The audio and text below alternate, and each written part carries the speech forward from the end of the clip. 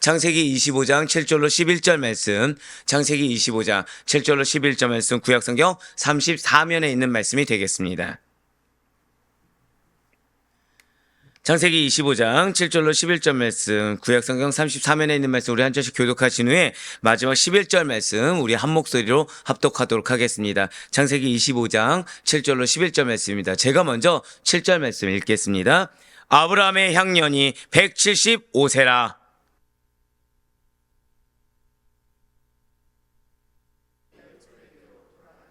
그의 아들들인 이삭과 이스마엘이 그를 마므레 앞 헷족소 소알의 아들 에브론의 밭에 있는 막벨라 굴에 장사하였으니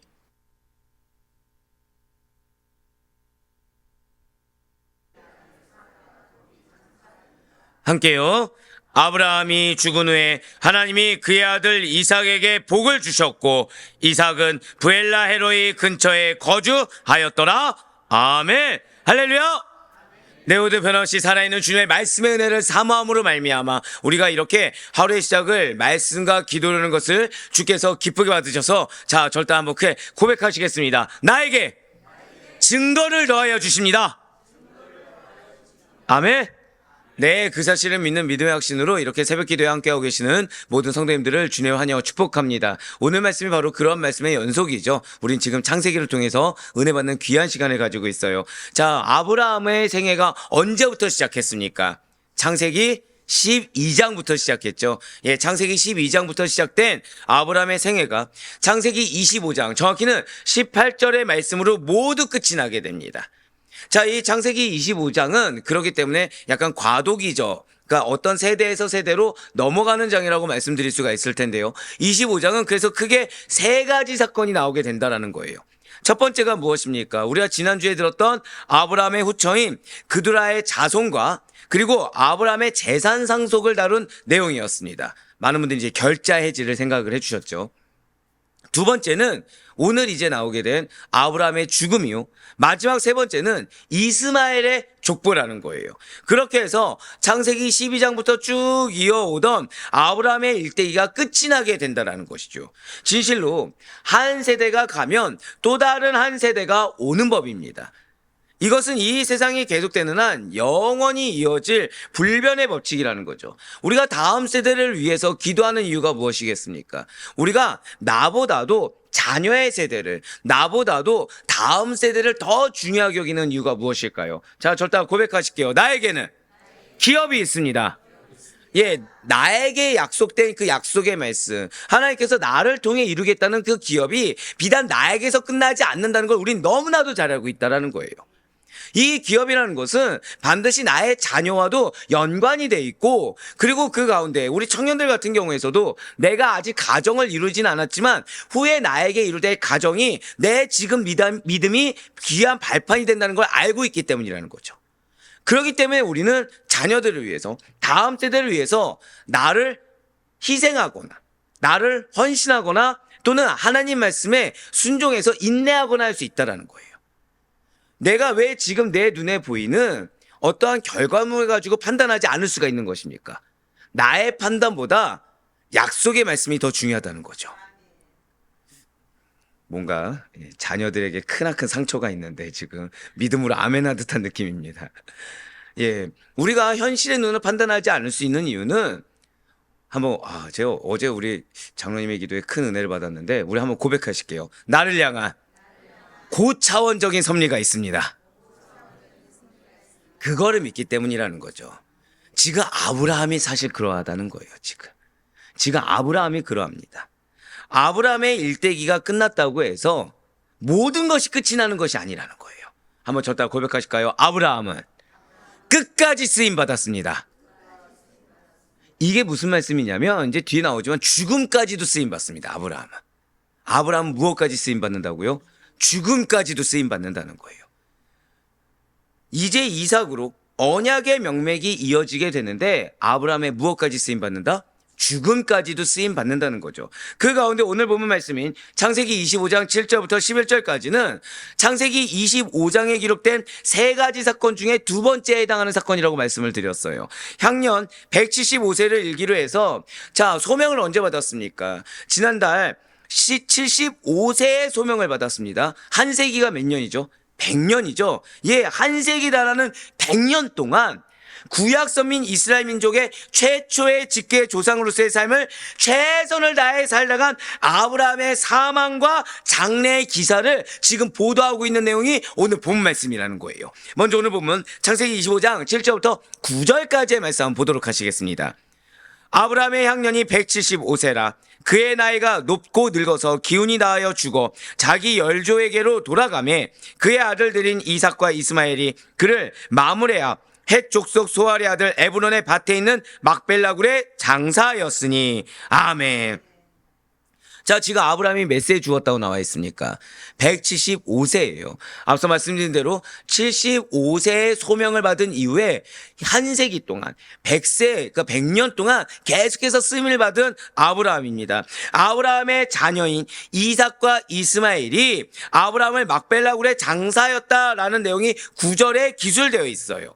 자, 이러한 아브라함의 사망 기록에는 그가 진실로 하나님의 축복 속에서 한 인간으로서 높고 늙어서 기운이 다하여, 이것은 결국 무엇일까요? 절대 고백하실게요. 천수를 누렸다.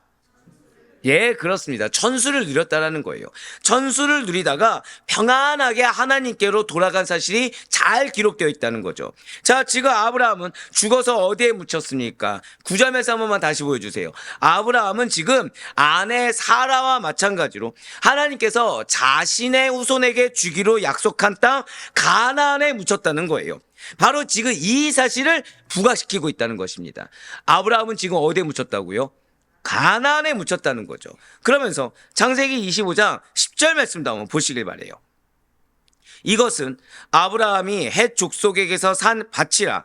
아브라함과 그의 아내 사라가 거기 장사되니라. 아멘. 자, 지금 이 밭, 이 지금 산 밭이 무엇이죠? 우리가 잘 아는 막벨라굴입니다. 지금 막벨라굴에 대해서 무엇이라고 지금 기록되어 있습니까? 막벨라굴은 약 38년 전에 아브라함이 아내 사라를 장사하기 위해서 헷 족속인 에브론에게서 은 400세겔을 주고, 혹시 기억하고 계십니까? 에브론 하면 뭐가 생각나시죠? 예, 감사해요. 사기꾼 중에 사기꾼. 네, 그쵸. 굉장히 엄청난 금액을 불렀어요. 그럼에도 불구하고 아브라함은 샀습니까? 안 샀습니까? 샀다는 거죠. 은 400세겔을 주고 구입한 밭과 그곳에 있던 아브라함의 가족묘를 가리키던 장소가 바로 이 막벨라굴입니다. 자, 이미 한번 말씀을 드렸어요. 아브라함은 가나안 땅을 약속받았습니다. 자, 땅을 약속받았어요. 가나안 땅을. 그런데 실질적으로 아브라함의 허락된 땅은 얼마큼이든가요? 바로 이 묘지밖에 없다는 거예요. 실제적으로는 분명히 약속은 가나안 땅을 허락받았는데 자신에게 소유할 수 있었던 땅은 막벨라 굴 묘지 정도밖에 없었다는 거죠. 그렇다고 해서 이렇게 아브라함이 나의 현실 분명히 땅을 약속을 주셨는데 나에게 지금 겨우 있는 것은 뭐야? 굴뿐이야? 묘지뿐이야? 왜 나는 이런 억울한 일을 당해야 돼? 라면서 하나님의 언약의 신실성을 의심하는 현실이다 라고 할 수가 없다는 거예요. 한번 고백하실까요? 나의 현실이, 나의 처지가 약속의 끝이 아닙니다. 그걸 기억해야 된다는 거죠. 자, 우리가 언제 믿음이 연약해집니까? 현실을 기준으로 자꾸 약속을 생각했을 때 믿음이 연약해집니다. 내 처지를 생각으로 말씀을 잡고 내 처지를 기준으로 말씀을 받아 먹을 때 우리가 낙심하게 된다는 거예요. 거꾸로죠. 우리는 무엇 기준으로 살아야 되죠? 말씀 기준으로 살아야 됩니다. 말씀 기준으로 내 현실을 바라봐야 되는데 기준이 어떻게 된다고요? 현실 기준으로 말씀을 받아들인다는 거예요. 반대로 되다 보니까 지금 하나님께서는 여러분들에게 기업을 허락하십니다. 근데 나에게 있는 것은 무엇뿐이라고요? 막벨라 굴 묘지밖에 안 보이는 거예요. 그 마음이 어떻죠? 낙심이 된다는 겁니다. 실상은 나는 무엇을 기준으로 봐야 되는 것입니까? 약속이 가나안 땅이면 지금 내 처지가 막벨라 굴이라고 해서 이게 끝이 아니라는 기대가 있어야 된다는 거죠. 지금 내 현상이 겨우 막벨라 굴 묘지라고 한다면 이것이 끝이 아니라는 기대가 있어야 되고 이 기업의 이루심에 대한 확신이 있어야 되는데 거꾸로 될 경우에는 이 막벨라 굴이 나에게 무엇이 된다? 응답의 하나님의 약속의 시작이 되는 것이 아니라 낙심의 도구가 된다는 것입니다. 예, 맞아요. 지금 아브라함은 막벨라굴 묘지밖에 소유하지 못한 현실에 대해서 하나님의 언약의 신실성을 의심하지 않습니다. 왜냐하면 그 막벨라굴은 아브라함이 하나님께 받은 약속의 땅 가나안에 그의 후손인 이스라엘 백성들이 살게 될 것에 대한, 자, 절단 크게 고백하시겠습니다. 예시적 역할. 자, 방금 뭐라 말씀드렸습니까? 예시적 역할을 하는 것이기 때문이라는 거예요. 즉, 여러분들에게 하나님께서 약속을 주십니다. 그 약속의 말씀을 이루는 데 있어서 여러분들의 기도 제목이 10가지가 있는데 10가지가 다가 아니라 겨우 한 가지가 응답될 수도 있어요. 또는 내가 생각한 분량은 10이었는데 10이 아니라 나한테는 겨우 2개 정도, 하나 정도 오고 내가 8가지나 9가지를 손해보는 것처럼 여길 수 있습니다. 그럴 때 하나님은 내가 무엇을 잃어버렸느냐를 보는 것이 아니라 그 한 가지가 나에게 무엇이라고요? 한 번 더 고백하실게요. 예시적 역할. 예시적 역할이라는 거예요. 즉, 왜 한 가지만 응답됐어가 아니라 이 한 가지를 하나님의 약속의 성취의 예시적 역할을 볼 수 있는 영적 분별력이 필요하다는 것입니다. 하나님의 약속의 말씀을 굳건히 믿는 신뢰의 믿음이 필요하다는 거예요. 그리고 무엇보다도 하나님께서는 지금 아브라함으로 하여금 영원하고도 썩지 아니할 하늘 가나안을 허락하심으로써 당신의 언약의 신실성을 입증해 주셨다는 것이죠. 자, 우리가 오늘 기도할 때 무엇을 기억해야 되는 것입니까? 예시적 역할을 기억해야 된다는 거예요. 그렇습니다. 진실로 하나님의 백성이 이 땅에서 아무리 하나님의 축복을 누린다고 해도 하나님께서 여러분과 저에게 주시고자 하는 진정한 구원은 오직 영원한 천국에서만 실현되게 될 것입니다. 우리에게 약속하신 그 기업의 성취는 오직 하나님께서, 당신께서 완벽하게 이루었다는 그때 이루어지는 거지, 내가 지금 다급해서, 내가 지금 필요하다고 해서 지금 이 순간 완성이 이루어진다고 착각해서는 안 된다는 거예요. 한 번 더 고백하실까요? 나에게는 하나님의 때가 있습니다. 그 믿음이 필요하다는 거죠. 따라서 이 땅에서는 우리 모든 성도님들도 늙고 노쇠하다가 마침내 죽을 수밖에 없는 것이 이 땅에서의 인생의 실상입니다. 이 땅은 유한하다는 거예요. 내가 할 수 있는 것에 제한성이 있다는 거죠. 아무리 내가 원하는 만큼 노력하고 채워보고 하려고 해도 이거를 하나님께서 몰라주신다고 하고 하나님의 약속에서 어긋난다고 한다면 모든 것은 다 헛되고 말, 그럴 인생의 실상이라는 것입니다. 진실로 하나님께서는 오늘 말씀에 나타난 대로 약속의 땅 가나안 근경에서 일평생을 나그네로 살다가 간 당신의 사랑하는 종 아브라함을 이제 낙원에 있게 하셨듯이 반드시 여러분과 저 역시도 기업을 이루게 하실 것이고요. 반드시 여러분과 저 역시도 죽음 이후에 낙원으로 영접해 주실 것을 믿으시길 바라겠습니다. 그러니까 이 땅 가운데 말씀 따라 나아가기만 한다면, 이 땅 가운데 하나님의 말씀을 의심치 않고 내가 1이든 100이든 비교를 사람을 하는 것이 아니라, 어제도 말씀드렸죠. 부가적인 특권을 서로 비교하는데 급급한 것이 아니라 무엇에 매여 있으라? 본래적인 특권에 매여 있어야 되고, 그 비교를 영생을 소유한 나의 정체성에 비교를 해야 된다는 거죠. 그렇지 아니하면 우리는 자꾸 일일비할 수밖에 없다는 거예요. 기준이 누가 됩니까? 내가 된다는 거죠. 예시적 현상이 나에게 그냥 전부가 돼버린다는 거예요. 그러므로 우리 성도님들은 육신이 쇠약해질 때, 죽음이 임하였을 때, 또는 눈앞의 현실이 내가 기대하지 않았던 현실이 다가왔다고 해서 두려워하지 않을 수가 있다는 것입니다. 이 땅에서의 나그네 생활을 청상하고 영원한 본향에 들어갈 수 있음을 기억하며 오히려 더욱 큰 소망과 기쁨으로 기대하며 받아들일 수가 있다는 것입니다. 또한 아브라함이 죽어 과거 그 자신이 자신의 아내의 묘실로 공개적으로 그리고 공식적으로 구입한 가나안 땅 헤브론 막벨라굴에 장사된 사실이 강조된 것도 앞서 사라의 장래의 기록과의 경우와 동일하다는 거예요. 즉 장차 하나님의 언약의 말씀대로 자신의 후손을 통해 태동하게 될 이스라엘 민족에게 가나안 땅이 자신들의 조상들이 뿌리 내렸던 땅으로서 자신들이, 한 번 더 고백하실게요. 하나님의 약속, 하나님의 약속에 의거한 신적 권리와 역사적 증거를 확보하고 있음을 알려주기 위해서라는 거죠. 무슨 말씀일까요? 여러분들에게 하나님께서 약속을 주셨습니다. 그런데 그 약속이 여러분들이 기대하는 바가 다 있다는 거예요. 그런데 중요한 거는 하나님이 여러분들이 약속하신 기업이라는 것은 더 고차원적인 섭리의 기업이라는 거죠. 그렇기 때문에 지금 우리가 그 말씀대로 나에게 주신 이 분깃 하나에 감사한다고 한다면, 나에게 주신 이 분깃 하나에 감사함으로 기대한다고 한다면 그것은 무엇이라고요? 나도 모르는 사이에 나의 삶은 하나님의 약속에 의거한 삶입니다. 그리고 이 약속의 성취 하나가 이것이 신적 권리를 갖고 있고 이것이 역사적 증거가 되는 것입니다라는 믿음의 신앙의 고백이 된다는 거예요. 그 고백을 기반으로 다른 더 큰 역사가 이루어지게 된다는 거죠. 그런데 거꾸로 기준이 말씀이 되지 않고 기준이 내가 되고 기준이 현재 현상이 되면 어떻게 되는 것입니까? 내가 누려야 될 신적 권리 못 누리게 되는 겁니다.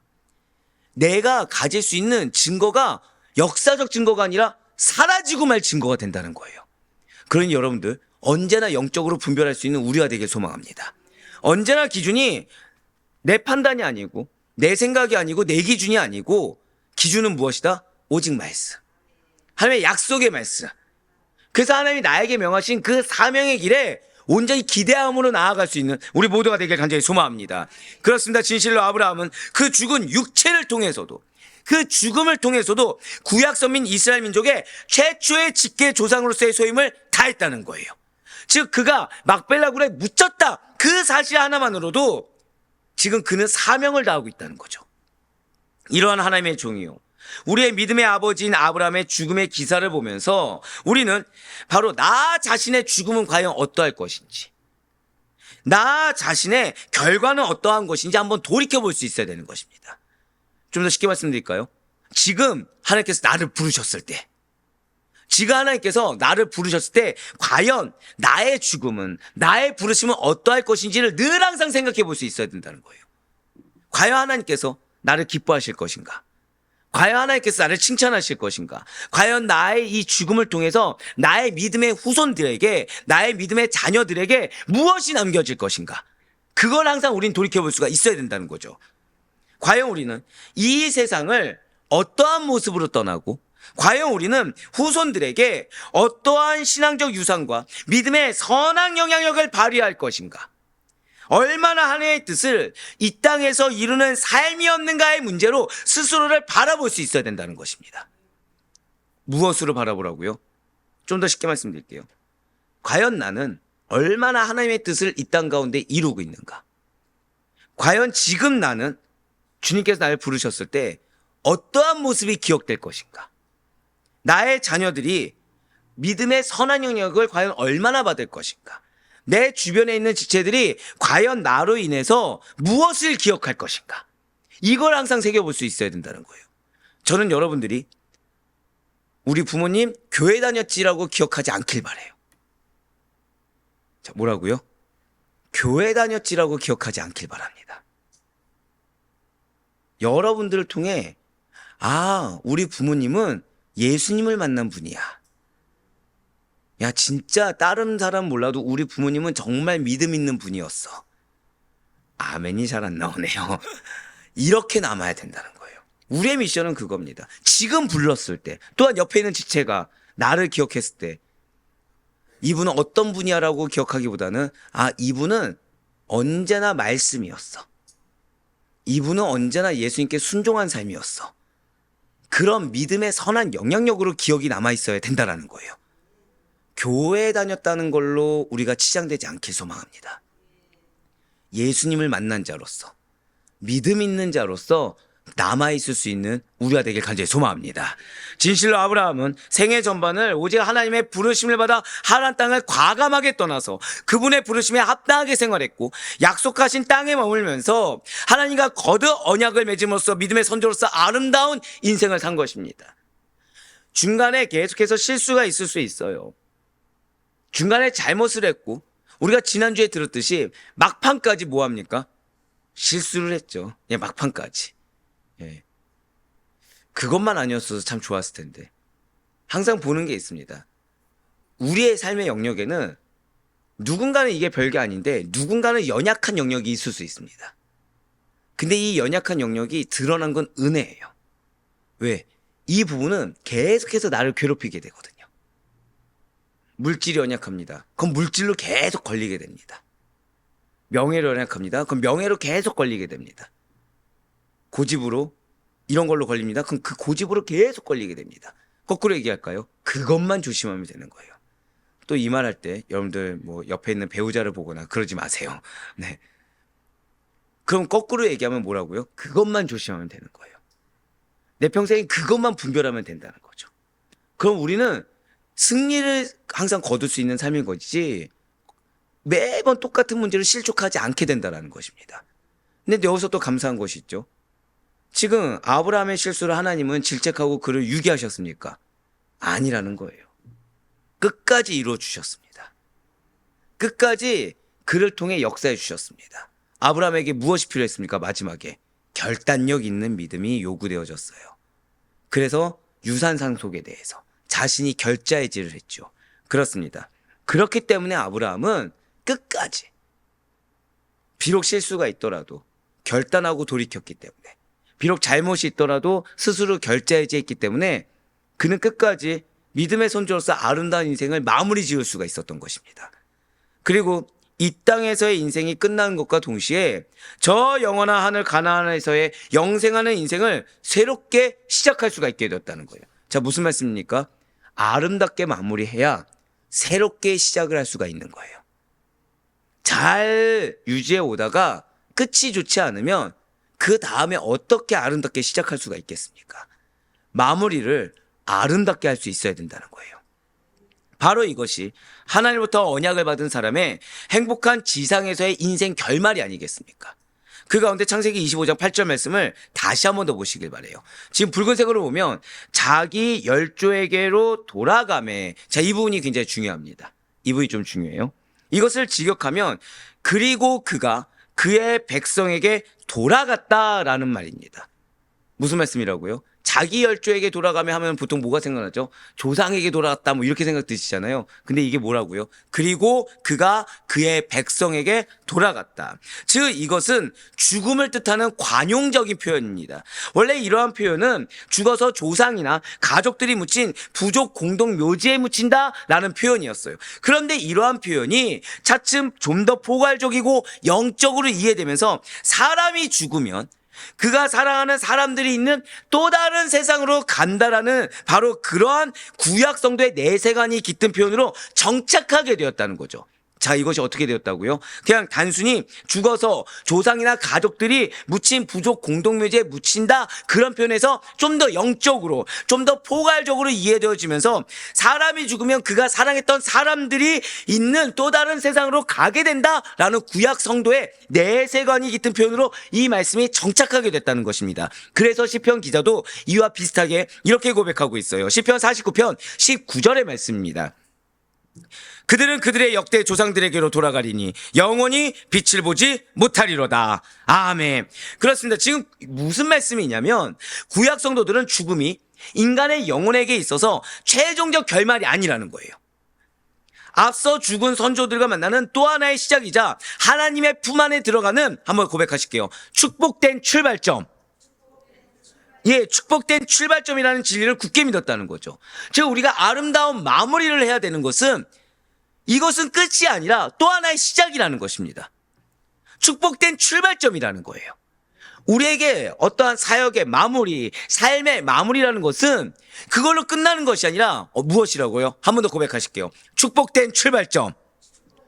그렇습니다. 축복된 출발점이라는 거예요. 사랑하는 성도들, 우리가 그러하다는 거죠. 진실로 저와 여러분은 죽음으로 모든 것이 끝나는 존재가 아닙니다. 돌아갈 본향이 있는 자들이고요. 돌아가서 만날 영광스러운 하나님과 믿음의 선진들이 있는 소망의 존재라는 사실을 잊지 마시길 바라요. 이와 관련해서 사도 요한 역시도 이렇게 증거하고 있습니다. 요한계시록 21장 1절과 2절의 말씀입니다.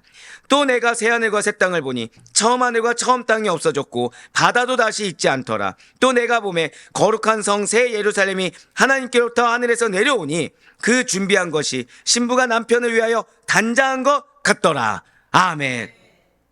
진실로 아브라함은 단순히 오래 살기만 하고요, 그냥 많은 시간을 허송세월로 보낸 현실의 삶에 지치고 찌든 인생을 산 것이 아닙니다.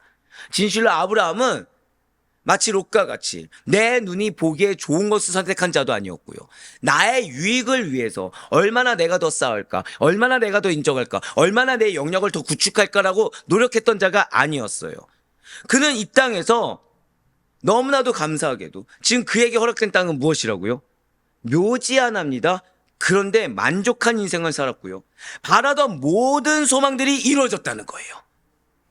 또 이루어질 것이다 라는 그 믿음 속에서 만족함을 누렸고, 한평생 그렇게 만족함을 누렸을 뿐만 아니라 사후에는 영원한 생명의 나라로 들어갔다는 점에서 전혀 후회함이 없는 만족한 인생을 살아갔다는 것입니다. 절단 한번 고백하실게요. 나에게는 만족한 인생이 주어졌습니다. 무엇으로 만족하는 거죠? 다른 게 아니에요. 하나님께서 함께 하시는 거. 자, 우린 지난주에 들었습니다. 형통과 무탈이 무엇인지. 하나님께서 함께 하신 것이 만족이고, 이 땅 가운데 하나님의 뜻을 이루며 사는 것이 만족이고요. 그렇기 때문에 이 땅 이후에 영원한 생명의 나라로 들어가는 것, 저천성으로 들어가는 것이 완벽한 만족인 것입니다. 이러한 아브라함의 죽음은 자연적인 것이었어요. 하나님께서 허락하신 연수를 모두 채운 자로서 아브라함의 인생이 만족스럽게 최종 마감되었다라는 사실을 오늘 본문은 지금 강조하고 있는 것입니다. 천수를 누렸다. 그런데 마지막까지 하나님의 사명을 이룬 자였고, 마지막까지 하나님의 사명에 대한 기대를 놓치지 않는 자였다라는 사실을 지금 본문이 강조하고 있다는 것입니다. 네, 그렇습니다. 오늘 하나님께서는 여러분들에게 만족한 삶에 대해서 지금 말씀해 주고 계세요. 만족한 삶이 무엇이라고요? 예시적인 현상에 매여 있는 것이 아닙니다. 만족한 삶은 약속의 말씀에 매여 있는 자들이고, 그 말씀에 순종하는 삶이고, 그 이후에 있을 상급과 저천성을 기대하는 삶입니다. 더불어서 이 땅 가운데 나의 자녀의 후손들에 대한 기대감을 가지고 살아가는 것이 만족된 삶입니다. 한 번 더 고백하실까요? 나에게는 만족된 삶이 주어졌습니다. 그 시작이 무엇이죠? 약속의 말씀이에요. 그 약속의 말씀을 믿는 믿음으로 한 건 한 걸음 나아가는 거. 내가 체감하고 나에게 닥쳐온 현실에 매여 있는 것이 아니라 그 말씀의 기준에서 하나하나 기대하며 살아가는 거. 그것이 만족의 삶이라는 거죠. 진실로 누구나 이러한 인생의 최후의 순간은 오게 됩니다. 과연 우리는 그 마지막 시점에 하나님이 지금 약속하신 대로 만족하고 행복한 마침표를 찍을 수 있을 것인가? 나만 만족한 것이 아니라 앞서도 말씀드렸듯이 과연 나는 무엇을 남겼을까? 항상 이러한 질문으로 스스로를 되돌아볼 수가 있어야 된다는 거죠. 한번 오늘 보면 마지막 절인 25장 11절 말씀도 보시길 바라요. 아브라함이 죽은 후에 하나님이 그의 아들 이삭에게 복을 주셨고, 이삭은 부엘라헤로의 근처에 거주하였더라. 아멘. 자, 지금 뭐라 나왔습니까? 아브라함이 죽은 후에 하나님 무엇 하셨어요? 누구에게 복 주셨습니까? 여러분들이 믿음에 순종을 해야 되는 이유, 여러분들이 믿음에 인내를 해야 되는 이유, 여러분들이 끝까지 하나님을 신뢰해야 되는 이유가 여기 있어요. 나에게서 끝나지 않습니다. 어제 양육 받을 때 그런 말씀을 드렸죠. 나의 결정에는 무엇이 있다? 책임이 있다고 말씀을 드렸어요. 내가 알게 모르게 하는 작은 결정 하나하나가 어떠한 영향력을 미칠지 모릅니다. 내가 머뭇거리는 그 찰나의 시간이 어떤 것을 리스크를 안거나 어떤 것에 상급이 될지 우리는 알 수가 없다는 거예요. 지금 중요한 거는 아브라함은 지금 죽어서까지 무엇을 했습니까? 선한 영향력을 주었어요. 죽은 후에 자녀들에게 무엇의 통로가 됐습니까? 축복의 통로가 됐다는 거죠.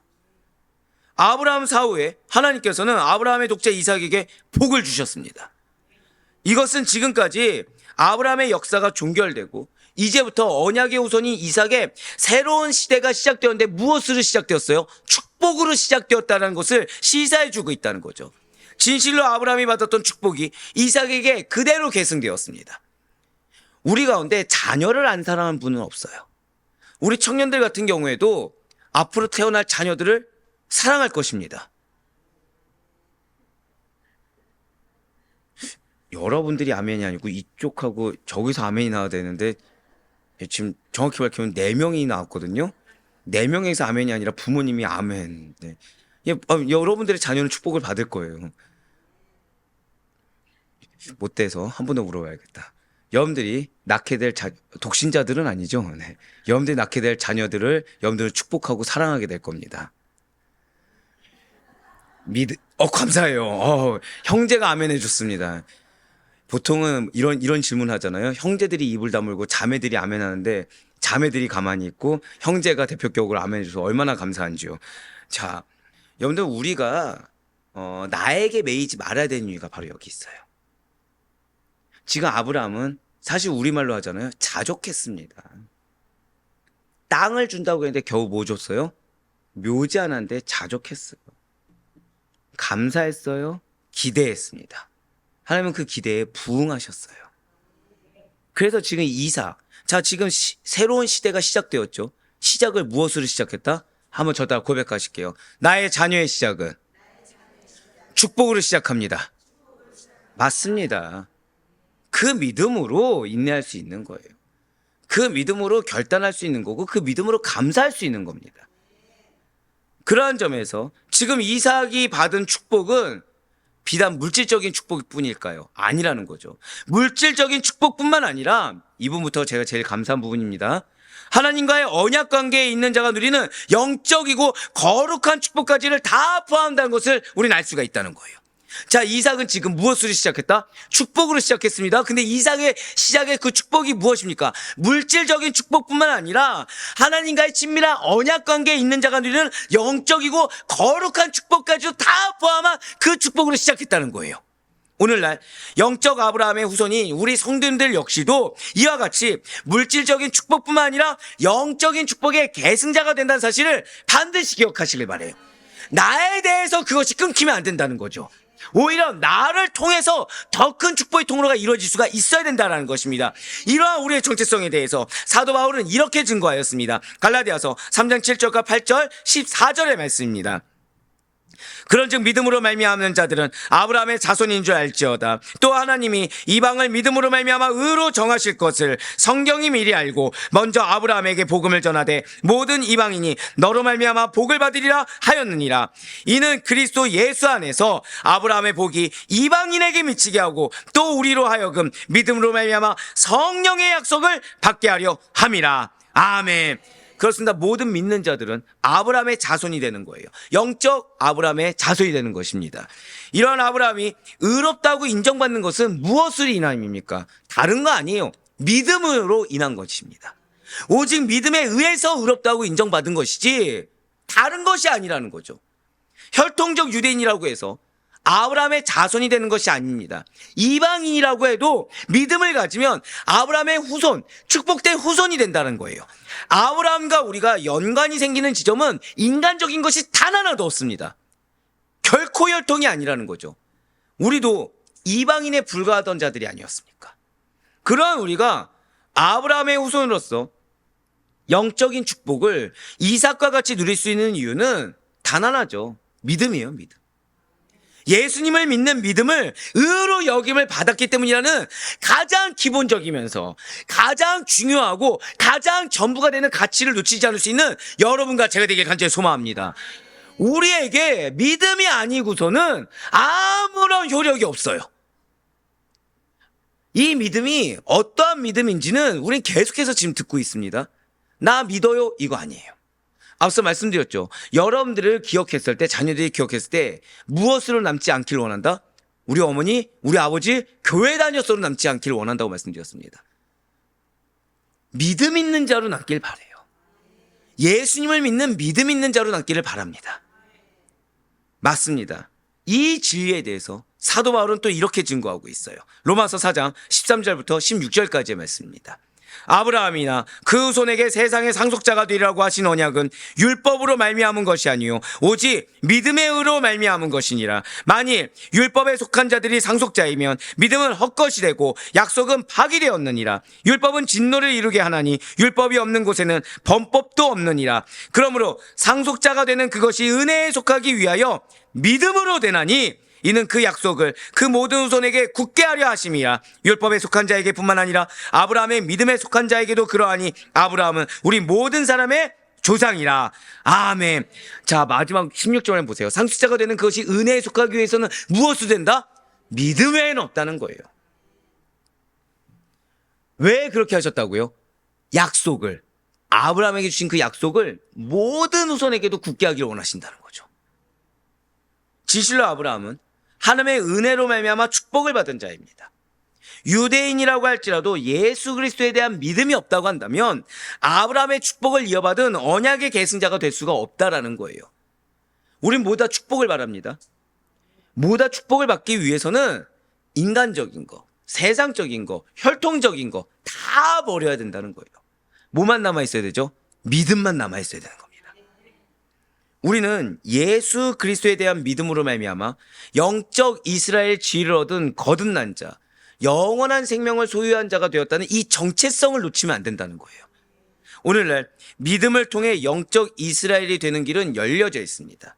믿음을 통해 아브라함의 후손이 되는 길은 열려져 있기 때문에 혈통, 인종, 물질, 계급, 지혜와 같은 어떠한 차별이 끼어들 틈이란 전혀 없다는 거예요.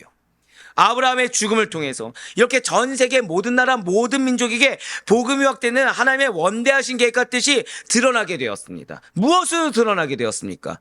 믿음으로 드러나게 된 거예요. 말씀에 대한 믿음으로 드러나게 된 것입니다. 좀 더 쉽게 말씀드릴까요? 축복받기를 원하십니까? 더 굳건히 믿으시길 바라요. 정말로 물질적인 축복뿐만 아니라 영적인 축복도 받기를 원하십니까? 나를 버려야 된다는 거예요. 나를 둘러싼 세상적인 어떤 내 눈, 환경 다 버려야 된다는 것입니다. 아까 앞서 말씀드렸죠. 영적으로 바라보지 않으면 지금 나는 왜 이것만 응답됐어? 왜 내가 이렇게 해야 돼? 여기에 포커스를 맞춥니다. 즉 현상을 기준으로 말씀을 받아들인다고 말씀드렸습니다. 근데 믿음으로 보게 되면 말씀을 기준으로, 믿음을 기준으로 현상을 보니 무엇을 하게 된다고요? 기대하게 된다고 말씀을 드렸어요. 마찬가지죠. 우리가 온전히 정말 축복받길 원한다. 우리가 온전히 응답받고 은혜 받길 원한다. 믿음이 전부가 돼야 됩니다. 항상 드린 말씀 있죠. 목사님 전 믿습니다. 그런데 이러면 이미 믿음이 없는 거예요. 사실은. 믿음은 바라는 것들의 실상이요. 보이지 않는 것들의 증거라고 했습니다. 나는 아이러니하게 증거를 원하는데 증거 없어서 믿음이 없다고 하는데 사실은 오히려 믿기 때문에 증거가 실제가 될 수 있는 거죠. 증거가 있어야 믿을 수 있는 것이 아니라는 거예요. 사랑하는 성도 여러분들, 진실로 성경의 역사는 하나님께서 섭리하시는 인류 구원의 역사입니다. 따라서 각 시대에는 주역이 있기 마련이고 또한 시대의 흐름과 더불어 그 주역이 교체되는 것도 필연적입니다. 때로는 우리가 낮아질 수도 있고요. 때로는 우리가 높아질 수도 있다는 거예요. 아브라함의 죽음과 이삭의 등장이 바로 이러한 사실을 명백하게 보여주고 있다는 거죠. 그러나 하나님의 구원 사역의 주역의 교체에도 불구하고 인간의 구원을 위한 하나님의 뜻은 여전히 변치 않고 그 완성을 향해 달려가고 있다는 거예요. 우리 성도님들께서 오늘 그러한 하나님의 구원 역사의 무대에 한가운데 서 있는 것입니다. 그래서 이 무대에 한가운데 서 있는 우리가 누구의 지시를 따라야 됩니까? 제작자의 지시를 따라야 되겠죠. 그 무대를 구성한 연출자의 지시를 따라야 되겠죠. 우리 성도님들이 하나님께서 그 현 시대의 하나님의 구원 사역에 있어서 절대 고백하실게요. 나를 주역으로 세우셨습니다. 그렇습니다. 이 무대에 하나님이 세우셨다고 한다면 주연이든 조연이든 다 주역인 거예요. 그 무대에 설 수 있다고 한다면 내가 하다못해 나무와 같은 역할을 맡았다고 해도 주역이 되는 것입니다. 새로운 세대에게 우리의 맡은 바 임무를 넘겨주기까지 아브라함과 같이 나의 생명을 다해 스스로에게 부여된 사명을 그 사명이 무엇이 되었든지 간에 성실하게 완수해야 됩니다. 우리의 삶과 우리의 사역 그리고 그 가운데 우리들의 언행 하나하나에는 가볍지 않는 사명의 무게가 있다는 사실을 잊지 마시길 바라요. 찰나를 놓치지 마시길 바라요. 자, 방금 뭐라 말씀드렸죠? 찰나를 놓쳐서는 안 돼요. 틈을 놓쳐서는 안 됩니다. 틈이라도 오롯이 무대 위에 서 있어야 됩니다. 그 틈이라도 무대 아래로 내려가서는 안 돼요. 사랑하는 성도님들, 믿음이 연약한 자 또는 우리의 믿음의 대상자들, 복음의 대상자들은 우리의 잘하는 99가지를 보지 않습니다. 우리가 99가지 잘하다가 딱 실수하는 한 가지를 꼭 봅니다. 야속할 수 있죠. 가혹할 수 있죠. 근데 감사한 건 뭔지 아십니까? 내가 하면 가혹한 게 돼요. 하지만 우리는 그 사역을 내가 하는 게 아니죠. 하나님께서 하시는 겁니다. 성령님께서 하시는 거예요. 그렇기 때문에 우리는 그 하나까지도 완벽하게 메꿀 수가 있는 것입니다. 마치 내가 믿음으로 주역이 되었던 것처럼, 마치 내가 믿음으로 끝까지 쓰임받는 것처럼. 그러니 바라옵건 얻기는 우리 성도님들이 하나님의 구원 사역의 완성에 당연히 기여하는 것은 물론이요, 하나님의 구원 사역에 그 이름이 길이 남도록 여러분들을 통해 어떤 여러분들의 모습이 기억에 남는 것이 아니라 여러분들의 믿음이 기억에 남으시기를, 그래서 더욱더 충성으로 나아가시는 가운데 주님을 만나는 그날까지 끝까지 주님께 쓰임받을 수 있는 우리 사랑하는 성도님들의 삶이 될 수 있기를 주님의 이름으로 간절히 축원합니다.